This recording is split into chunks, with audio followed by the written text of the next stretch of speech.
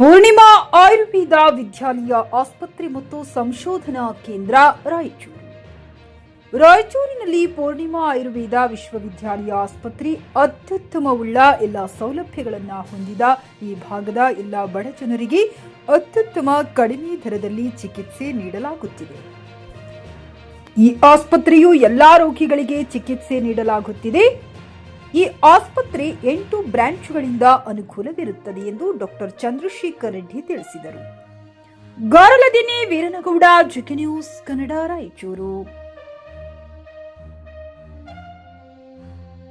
Chandrashekhar Reddy Karmudi, principal Poornima Ayurveda Mahavidyalaya ಆಸ್ಪತ್ರೆ ಮತ್ತು ಸಂಶೋಧನಾ ಕೇಂದ್ರ, ರಾಯಚೂರು.